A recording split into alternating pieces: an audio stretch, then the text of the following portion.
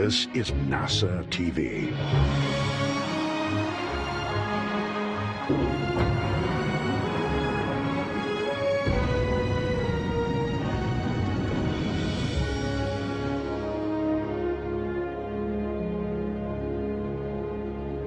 Hey, good morning, everybody. I'm NASA's Dan Hewitt. Welcome from NASA's Johnson Space Center in Houston as we are going to spend the next hour talking to the returning astronauts of NASA's SpaceX Crew-4 mission.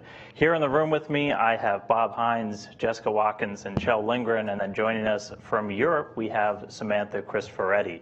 It's been just under a week since they returned home with a splashdown back on October 14th after spending 170 days in space. So they're going to answer some of your questions today. We'll have media on the phone bridge, and then if you're following along on social media, you can use the hashtag AskNASA to submit your question. Before we kick things off, I'm going to hand it over to the Crew-4 Commander, Kjell Lindgren, for some quick opening remarks. Kjell. Thanks, Dan. Well, we are delighted to be here. It's great to be back on Earth. We had an extraordinary experience on the International Space Station, initially working with Crew-3, and then with our Expedition 67 colleagues, and then getting to see our Expedition 68 colleagues, Soyuz colleagues, and then Crew-5. And having that opportunity to all work together, getting to spend months on the space station conducting science and research to extend our presence in the solar system and improve life back here on Earth. And what an amazing experience from beginning to end, launching on the Crew Dragon rocket on the Falcon, and then coming home and landing in the Atlantic. We are so grateful to all of the teams that were involved. Our training team, our operations team, folks sitting on flight console, and people, our teammates all over the world in mission control centers with our international partners, and of course our SpaceX partners who got us to the space station, supported us while we were on orbit, and got us home safely. So, obviously a huge thanks to our families as well, friends and families that provided support throughout the training cycle and supported us while we were on orbit. We are really excited to be here back on Earth and excited to answer your questions. All right, thank you so much, Kjell. So we're going to jump right into it. If you're on our phone bridge, remember, press *1 to get into the question queue, and please address your question to a specific astronaut, as again, we have Samantha joining us from Europe, so we want to try and make that a little bit easier. So we will start off first in our queue is Gina Sanseri with ABC News. Gina? Of all the science you did up there, was one that went, boy, this is the one that's going to get us to live on the moon or get us to Mars? You know, what stood out for you for long-term exploration? Yeah, so, you know, I think that was one of the really neat parts about being a part of the ISS crew, was getting to use the International Space Station as a test bed and as a means of testing different technologies and operational schemes in order to prepare us to go further into the solar system, to the moon, and eventually to Mars. One experiment that comes to mind, one study that we worked on, was called AstroRad. So one of the biggest challenges ahead of us in terms of going deeper into the solar system is the issue of radiation and how we shield and protect our astronauts from that radiation threat. And so working on the AstroRad experiment technology test is a vest that the crew members can wear during a solar event, and it enables the crew member to still continue working, still be productive, but be protected during that time frame. And the neat thing about the AstroRad vest that we tried on while we were on orbit is that it will also be on the mannequin that will go up on Artemis 1 here shortly, launching next month.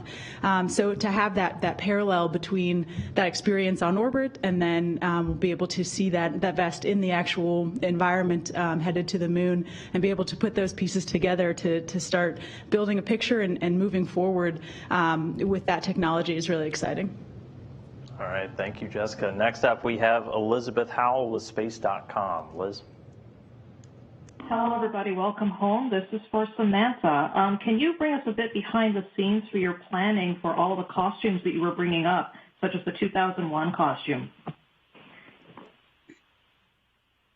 Yes, sure thing. You know, I'm not a big movie watcher, as my crewmates know very well. In fact, I have this running joke, but it's maybe not really a joke, is that I've only watched like 15 movies in my life. But 2001: A Space Odyssey is one that I have actually watched multiple times, and that I really enjoy and appreciate deeply as a work of art, and something that has really influenced our imagination, our visual imagination, right, when it comes to space. And you know, it's decades old now, and yet it doesn't feel old. It feels still very, very current and valuable. And so, you know, when we plan a mission to space, at least for me, it's always important to, you know, of course, the #1 priority is to do your job correctly, to, you know, to train and perform correctly as a crew member. But I always think a little bit about, oh, what can I bring that bridges you know, that creates a bridge to the broader culture. And so I always had this idea of doing something to celebrate 2001: Space Odyssey. And also I was genuinely curious about whether Velcro shoes would work or not. And so I had this thing in the back of my mind. I had it for a long time. And then it so happened that a few months before launch, I was in Los Angeles, where we did part of our training at the SpaceX facilities out there. And I had a little bit of free time, and I just started wandering through used, like, you know, secondhand fashion shops to see if I could find something that would work as a costume to play that flight attendant. And very last minute, I happened to find that you know, pant dress, something that I would, you know, it's not something that I would buy for myself normally, but it seemed to fit perfectly for that need. Actually, the person at SpaceX who is responsible for making the suits, she was very helpful. Last minute, she did me the favor of making stirrups and a couple of modifications that were needed, and I was able to turn it in last minute so that it could be uploaded. And then when I was in space, I think it was Sergei, one of my Russian crewmates, who had the idea of the location, because it was also not obvious to find a suitable place on space station. You obviously needed a circular hatch, which is only available in the Russian segment. And then, you know, what do you do with the Velcro? But it so happens that there is this module in the Russian segment that works perfectly, because it has the, I guess, the female Velcro all around the walls. And so I gave it a try. It took a few attempts, but eventually it worked out. And then, of course, our video editor at ESA did a stellar job of putting the video material together, and I was just thrilled. All right, our next question comes from Marvin Marshall with the Nighttime News Space Report. Marvin. Hi, my name is Marvin Marshall from the Nighttime News Space Report on twitch.tv. Welcome back to Earth, everyone. I hope you're all having a great day today. It's great to be able to talk to you guys again, but not moving at 27,500 kilometers an hour this time. Now, this question is from one of my viewers here named Do. Now, for Kjell and anyone else who wants to chime in, what diodes on X-Roots did you guys use, and what spectrum of light, if you guys know that? We saw some pictures of the roots, and they looked so healthy. Thank you again. Welcome home, everyone. Thank you so much. What an amazing opportunity to work on the veggie enclosure, to work on the X-Roots project. I had the opportunity during my last mission to work on veggie, and we grew plants in a soil matrix, basically soil contained within little pillows. And this project, X-Roots, is looking at an advanced technology, at least for the space station, of using hydroponics and aeroponics.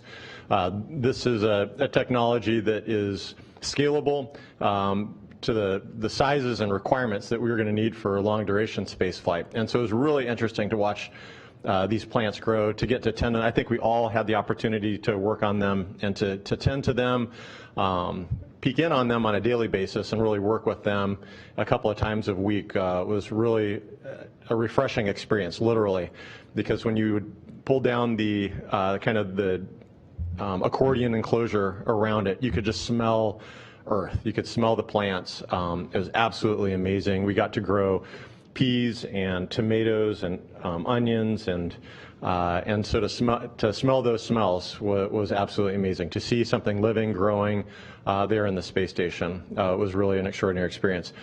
I don't know the wavelength of light. It was pink, very pink. Definitely knew when the light was on because the whole Columbus module would glow in pink. But I think that we all really appreciated the opportunity to work with those plants.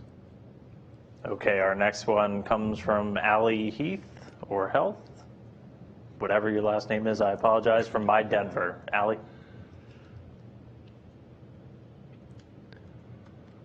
Hi, our question is for Jessica Watkins. We would love to know, what was the hardest thing to adjust to on the space station, and what's the hardest thing to adjust to now that you're back on Earth?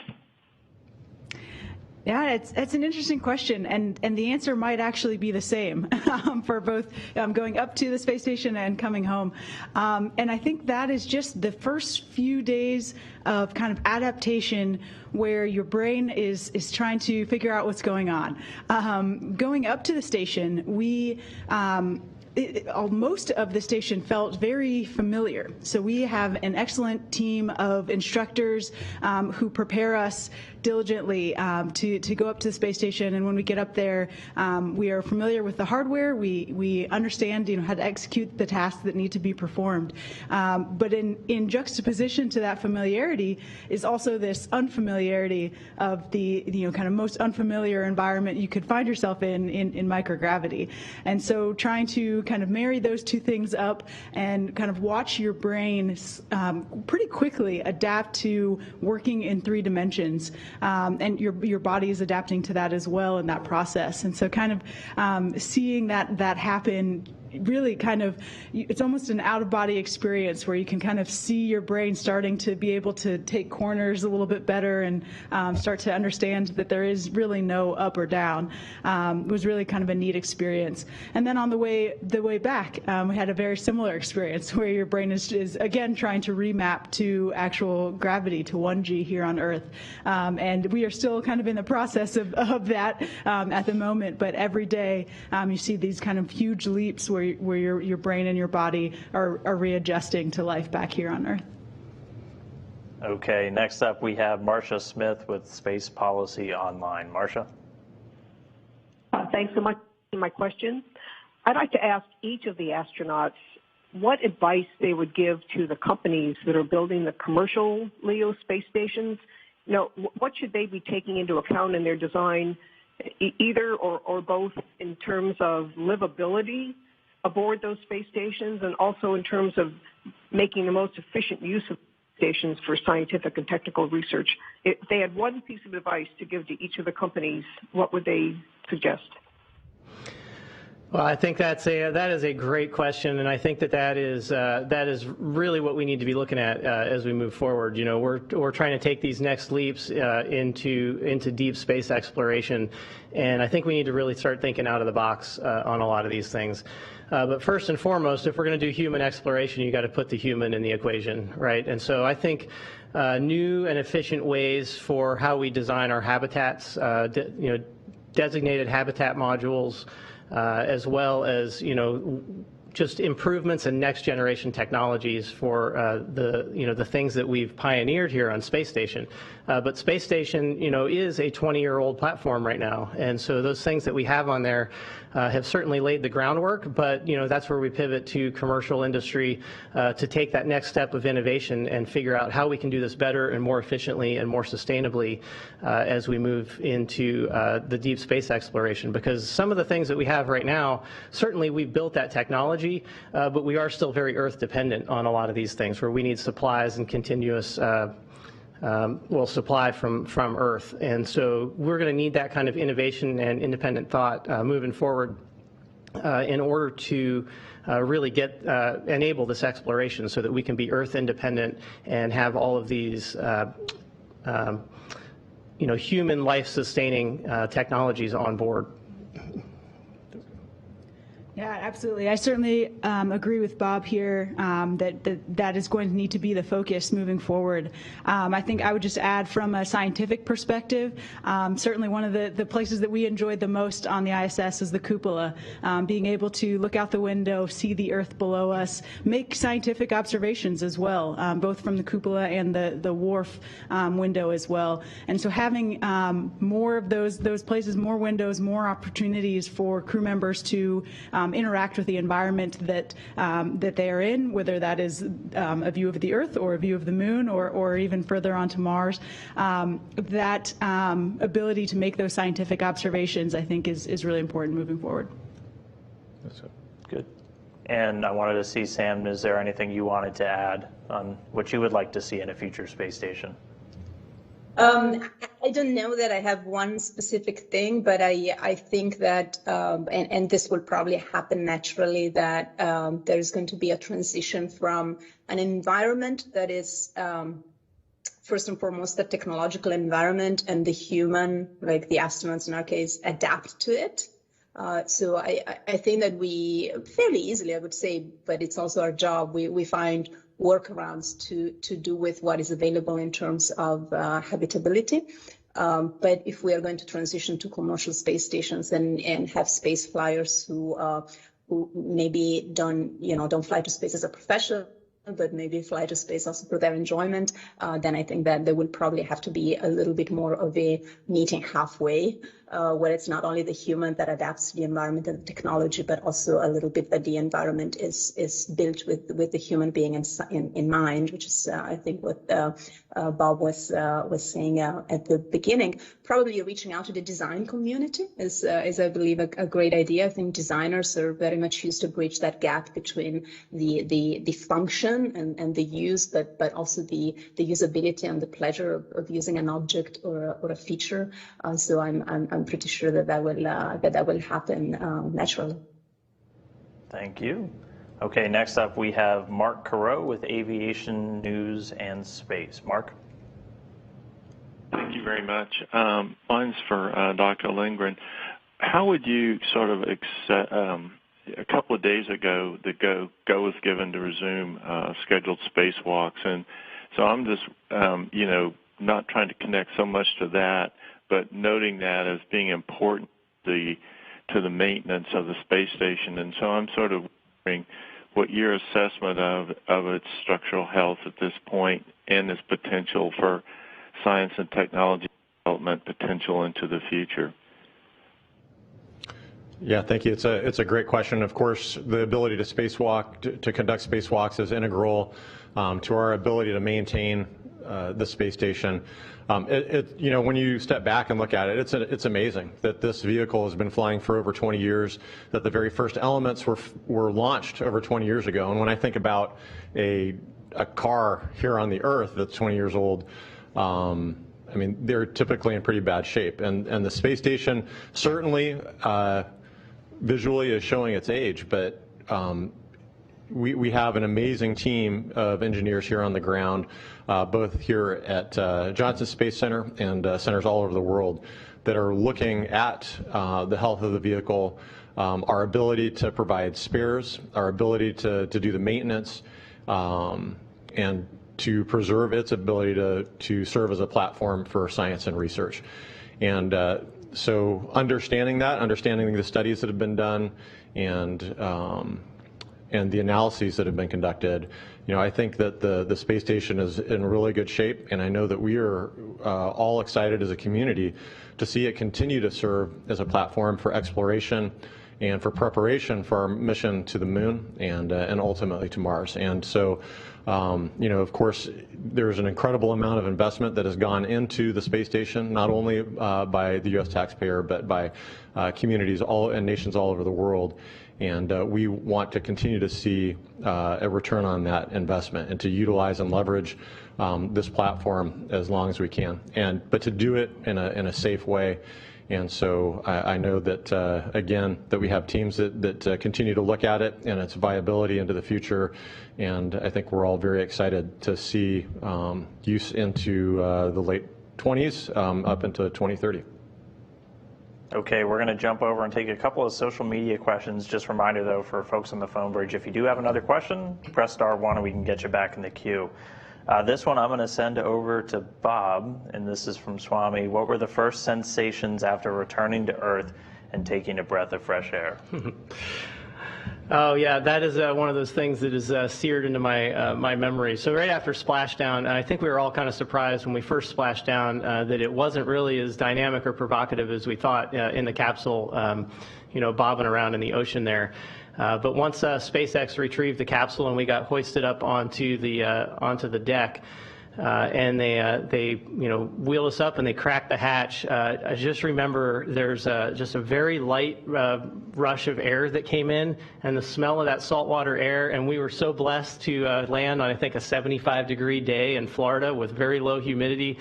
It was phenomenal. And so that first sensation was like, oh, it's so nice to be home, because we've been smelling the same air for the last 6 months. So getting a breath of fresh air out there over the ocean was absolutely spectacular.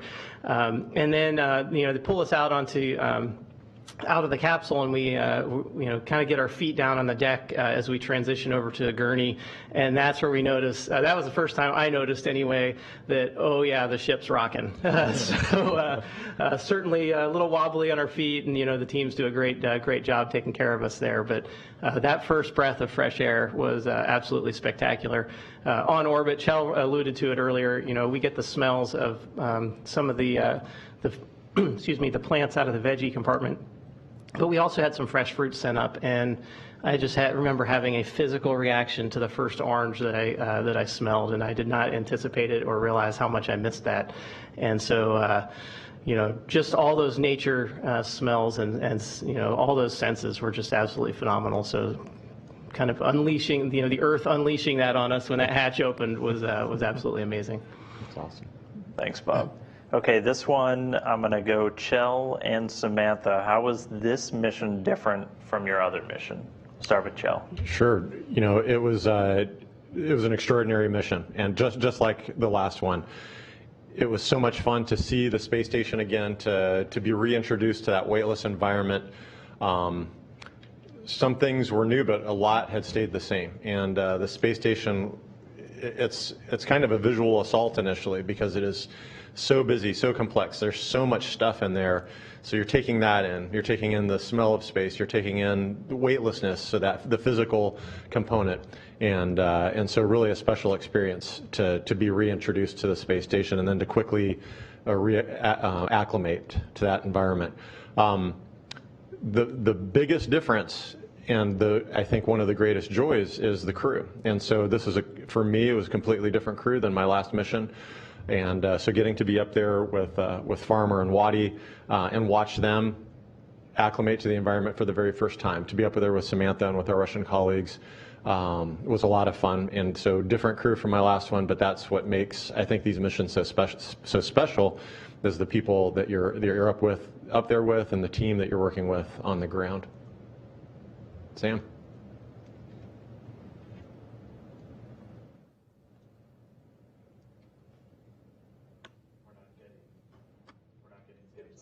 Your mic's muted.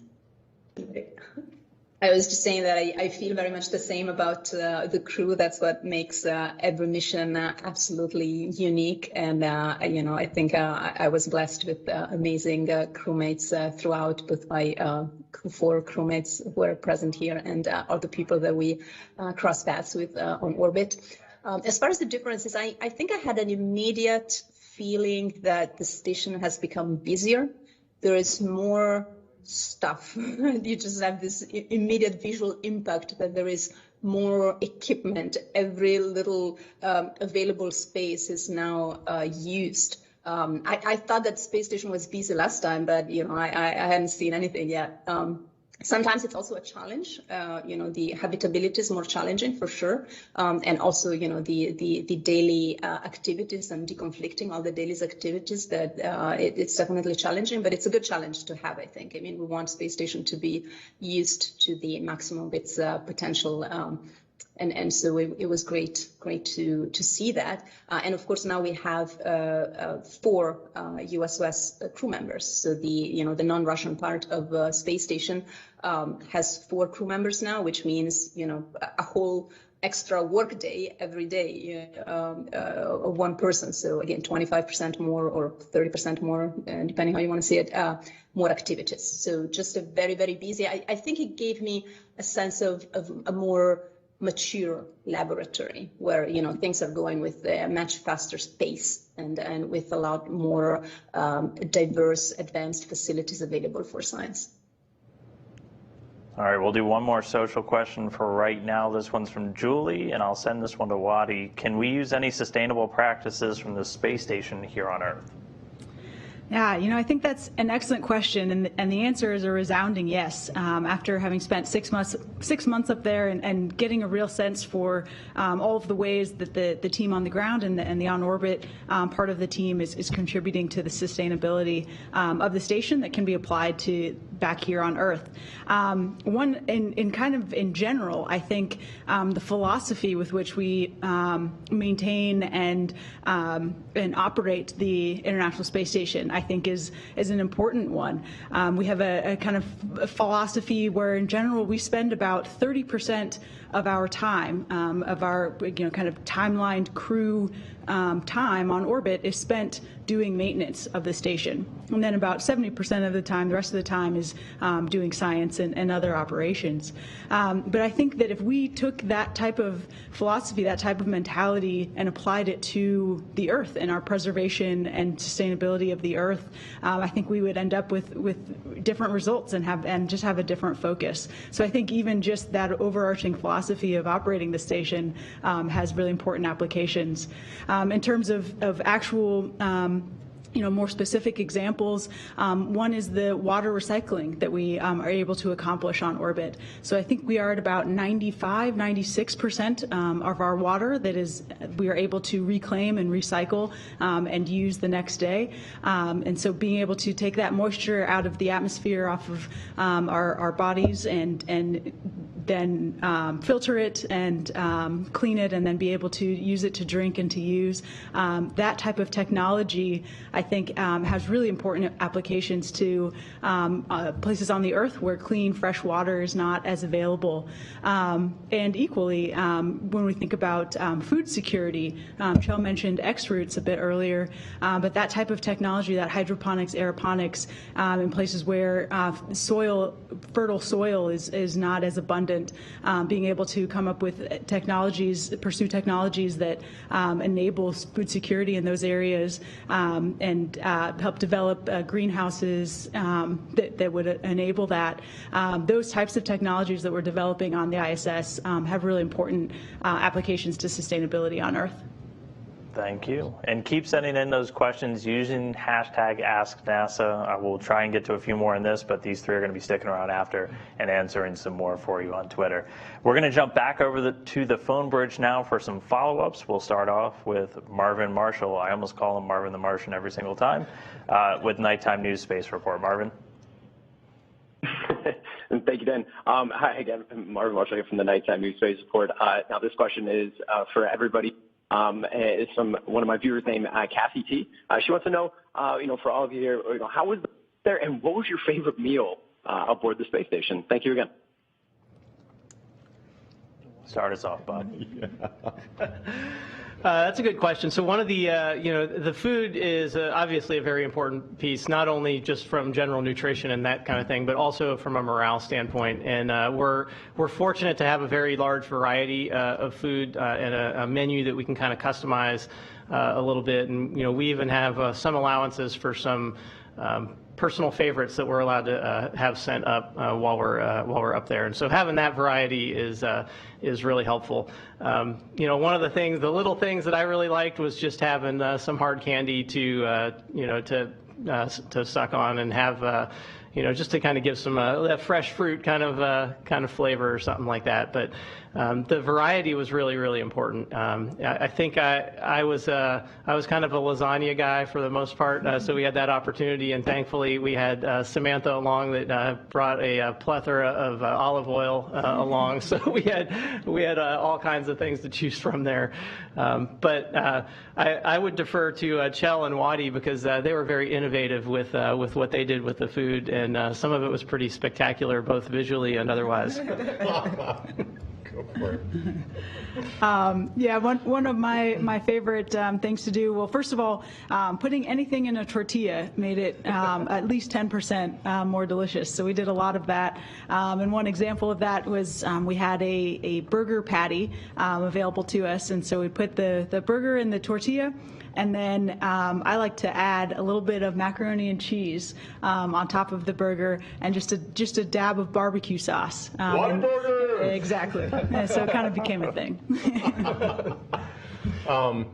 So the Wadi burger was always spectacular. Yeah. I became notorious for putting more food into a tortilla than was probably wise. Or possible. Or possible. Only possible in zero-G. Right. And so I'd like to put a meat and then some type of a side, generally rice.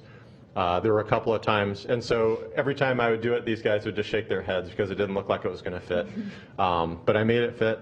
And then one night, Bob was witness to the triple-decker where I put an extra side in there. And he claims that I unhinged my jaw to be able to eat that, but we have video evidence.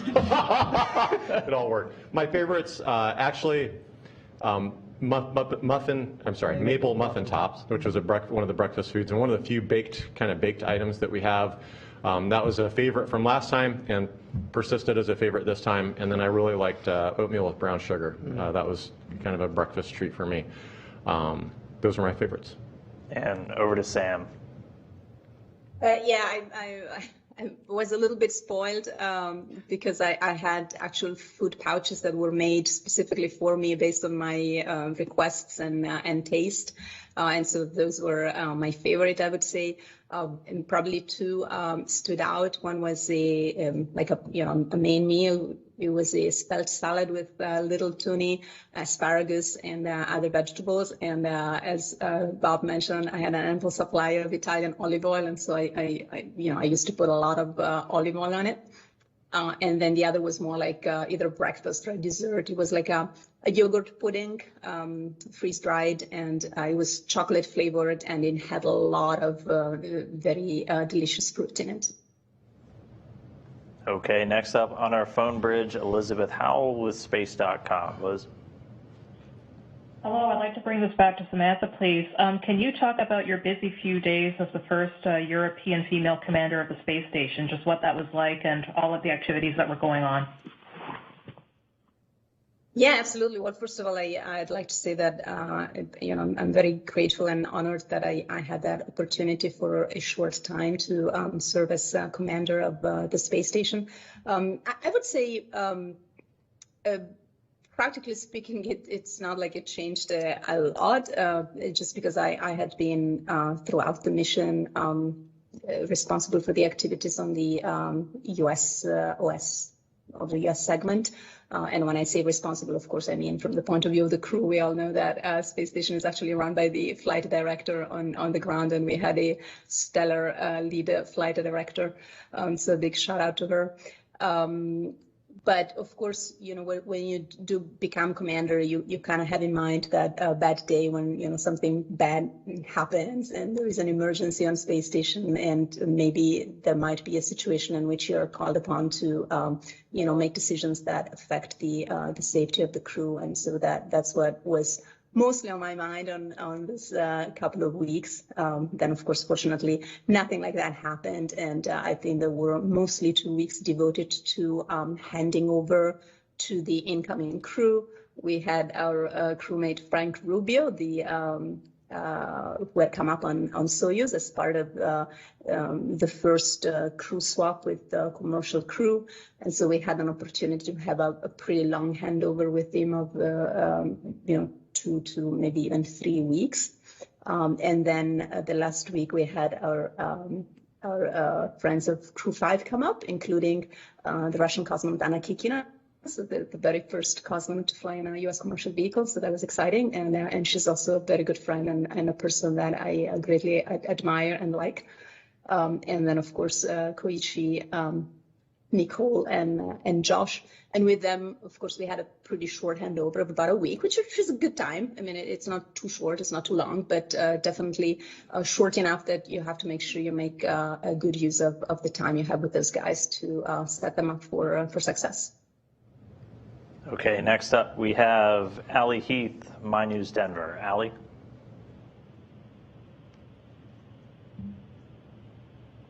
One more question. Is this a little bit better? I think we were wondering how you guys keep your sanity on the space station, given that it's such a confined space and you're with each other for so long. Allie, can you repeat that real quick? You got a little broken up. Yes, is this a little bit better? Yes, go ahead. Okay, we were wondering how you guys were able to keep your sanity on the space station, given it's such a confined space and you're with the same group of people for so long. Waddy burgers, right? Absolutely.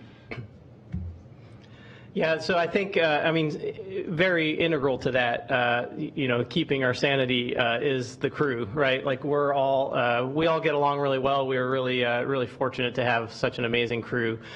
So we always had lots of things to talk about. Obviously, any long duration mission, no matter what you're doing, you're going to have some frustrations. You're going to have road bumps along the way. So having a crew that is that you can vent to, and then that's also understanding of our own little flaws and idiosyncrasies and tolerant of those things is really important. Thank you all for that.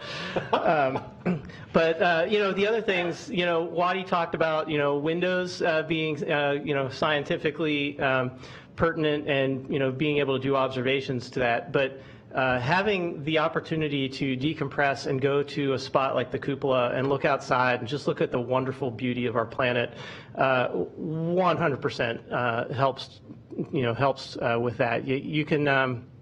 It was just such a great place to go and recharge, and I think some of the most special moments of our mission are when we are sitting down in the cupola looking at some spectacular sight, whether it be the amazing aurora, some cloud formations, some rocks for our geology friends out there. Just those opportunities to really spend time together were really important. And yes, it's a very busy place. We're doing amazing science and we're working hard every day. But those opportunities to just recharge and spend time together as a crew just were really special and really help keep that efficiency and that productivity when the work has to be done. And I'll just add to that. I think that kind of like my last mission, it was several months in when I kind of stopped and thought, like, man, we have been cooped up in this same volume with these same people for 3 months, 4 months, and it feels very natural. And I never felt claustrophobic or confined. It just felt like, hey, this is a great group of folks. We've been working together in preparation. We've been working together up here for several months, and it just works. When we're all looking out for each other, I think that it makes things run very smoothly, and we were very efficient and got work done, but we could rely on each other for help and for a shoulder to lean on. It was spectacular and pretty amazing how long you go before you kind of recall, like, oh my goodness, I mean, we've been doing this for 4 months and really not thought about it. So, yeah. I agree. There were a lot of dad jokes, however. Put that out there. They were great. They were awesome. Uh-huh. One thing I think that's integral to that, though, and this has applications elsewhere, right, is I think we become very deliberate about when we're doing something, thinking about how it affects others first. Right, and that is something that is super important, and that obviously has applications down here on Earth and how we all get along and that kind of thing. So I find that to be really important, is that when I'm doing something, I go, how does this affect Waddy's space? Am I getting into her space? Am I getting into her habits or anything like that? And is it going to affect her negatively? And if so, maybe I should talk to her about it first. So I think that's a really important aspect of it, and it's something that we train to, and it is a very deliberate piece of our training to to look at those kinds of behaviors and those kind of considerations in order for us to be productive over a long duration mission. That's great. Yeah. I thought you were going to throw in a dad joke. It turned into a dad lesson. Thank you, Dad. Don't encourage him. There's a master class for dad jokes that Kjell and I are putting together. All right, next up we have Marcia Smith, Space Policy Online. Marcia. Thanks so much. My question is for Samantha. I was wondering if you could talk about your spacewalk. How different was it than what you expected? Were there things that were easier or harder to do? And as one of the few non-Russians who's trained in the Russian EVA suit, are there any pointers that you would give to the two U.S. companies that are designing new U.S. suits? Yes, an interesting question. So first of all, I feel very privileged that I have had the opportunity over the course of my career as an astronaut to train in both the NASA suit and the Russian suit. I trained in the NASA suit for my previous space flight, so 8 to 10 years ago. I did not have an opportunity to do so this time, but I had an opportunity to train again for the second time in the Russian suit, and then I was thrilled that this time I have an opportunity to actually put all that training to work and have that experience of going out of the door. I would say I would encourage anyone building or designing a new suit to really take a good look at both those suits, because it seems to me that both have pros and cons, and designing a suit that has the best of the EMU and the Orlan, it would be the perfect suit. And in terms of the experience, it was very challenging. I would say, especially physically, very demanding. It's a suit that works at a higher pressure, on the higher end of pressure,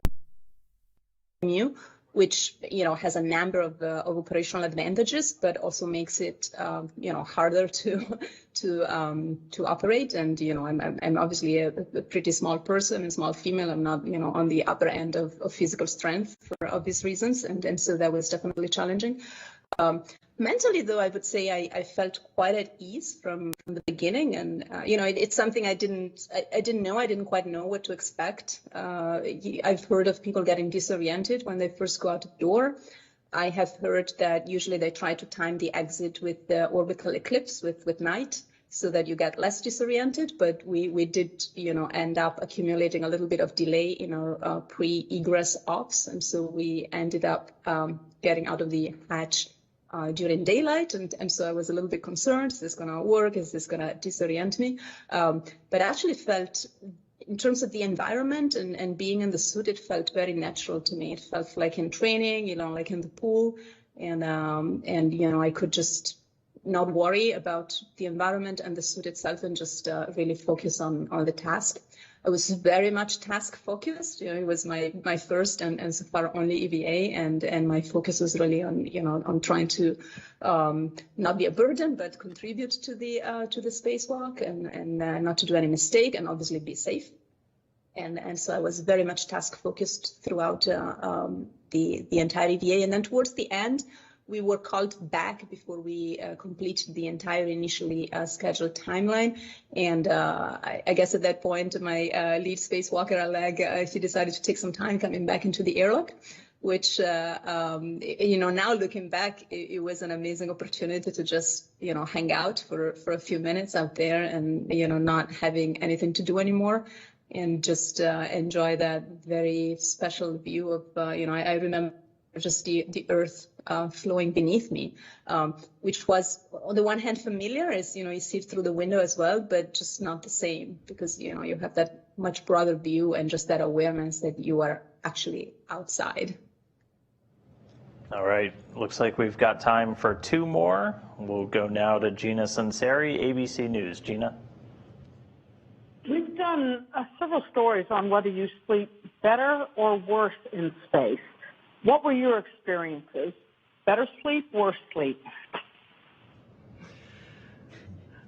That's so everybody looks at me on this one for some reason. No, so I actually had, it took me a while to adjust to sleep up there. I think we're just conditioned to certain things down here. One of them is laying down when you sleep, which obviously is not an option up there. We do have crew quarters. We have a sleeping bag that we sleep in, and you can kind of cinch yourself down in there. But it just took me maybe a month or so to adapt to that and really get used to not only the workday and the proximity of the workday to the time that you go to sleep, and not really having that wind down time took some adaptation for me. But once I got it figured out, it was glorious. One, you don't have the pressure points on you, that you might have when you're in the bed or anything like that. And then the other is the crew quarters are, pretty quiet. They're very dark, so it's like having blackout curtains all over the place. And you can definitely sleep pretty spectacularly, as some of my colleagues may know. But it is really nice. All that being said, getting back home, and when I finally got back to my house and got to lay down in my bed, that was just an absolutely spectacular moment. Because I did find on orbit that there were times where my body was craving the ability to actually lay down. And you can't do that, because if you get up close to a wall or something like that, that contact instantly makes you start drifting away from it. And it's almost tantalizing, because you're like, oh, I just want to lay down. And as you touch it, you start drifting away from it, and it's almost frustrating. But yeah, I definitely got my fair share of solid sleep up there. So that was amazing. All right, and then our last question for the day, David Curley with Discovery Channel. David? Thank you, Dan. You guys talked about it a little bit today, and your pre-departure. Plants, you did a number of experiments with plants. What's your sense? Do you think it's going to work at scale, growing plants in space? Do you see them as food, environmental control items, and what did it psyche? You talked a bit about that. Could you expand on that? Anybody that wants to. Thank you. I think all of the above. I think that the ability to grow plants in the space station, that the test bed that we have right now, with the idea of really maturing that technology and having plants as an integral part of a long-duration space flight is very important. So plants serve as a psychological benefit. The opportunity to, I'm imagining a module that just has all plants in it, and a greenhouse module that you could go into, tend to the plants, spend time in there. I mean, that would be, I think that would be phenomenal here on Earth, and to have that capacity in a long duration mission would be phenomenal. To go in there, to take care of plants, to be surrounded by something green and growing, and to be surrounded by that smell of life would be amazing. So there's a psychological benefit, as millions of gardeners would testify to. There is a environmental benefit. So plants could help us as an integral part of an environmental control and life support system to provide oxygen, to scrub the atmosphere naturally of carbon dioxide, and to scrub it of other contaminants. So there is an ecoless component. And then finally, there's that food component. If we are able to garden sustainably using something like the hydroponics or aeroponics that we're investigating with X-Roots, we have the ability to grow crops. We're growing, as we left behind a tomato plant that had just started to produce little small cherry tomatoes, and it was amazing. It was so much fun to see those growing, to see something recognizable that ultimately could be a food source, to add that fresh food to our menu. You heard how spectacular it was to have fresh fruit come up on a cargo vehicle, to smell an orange, to taste an orange or a grapefruit, and to be able to grow something that we are able to eat as a part of a daily meal would be phenomenal. So I think those are three very important aspects of growing a crop for long-duration spaceflight, and I absolutely think that it's doable. We are at that stage now where we're really trying to identify systems that are scalable, and I think that this is a system that would work, and we look forward to seeing that mature into a gardening module. Yeah, it was actually pretty spectacular too, because I mean, I am not a green thumb by any stretch. My wife will attest to that. But just having the opportunity to engage with the plants and have something up there. I mean, that was the only other living object in space, at that time. And so we're nurturing that thing along and encouraging its growth. And so to see all that and know that we're kind of colleagues, with these plants, where they're helping us and we're helping them go along and survive here in space was pretty amazing. So the psychological aspect of it is it can't be understated, I don't think, and certainly the sustainability that it provides for long duration missions is really important. But I'll just take that back to the Earth, and how truly magical the Earth is. To grow these plants required so much intention and forethought and preparation. The veggie enclosure with this X-root system that delivers a certain amount of water, that has a very specific nutrient mix, that required daily observations and curation to allow these plants to grow.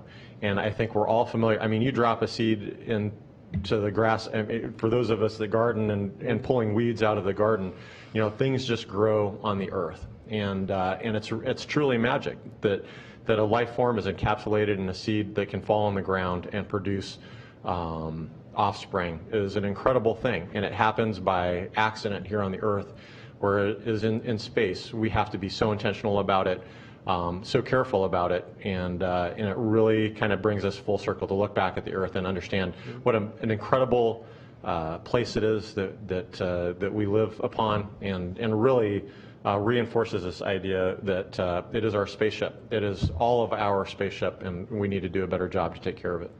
Good words. All right. We will end it on that note. Thank you, Kjell. Thank you, Waddy. Thank you, Farmer. Thank you, Samantha, for joining us from Europe.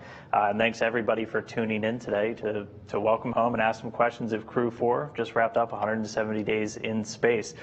Stick around on Twitter. Use the hashtag AskNASA. These three will stick around here and answer a few more of your questions. But with that, we will call it a day. Everyone enjoy the rest of your week, and thanks for tuning in.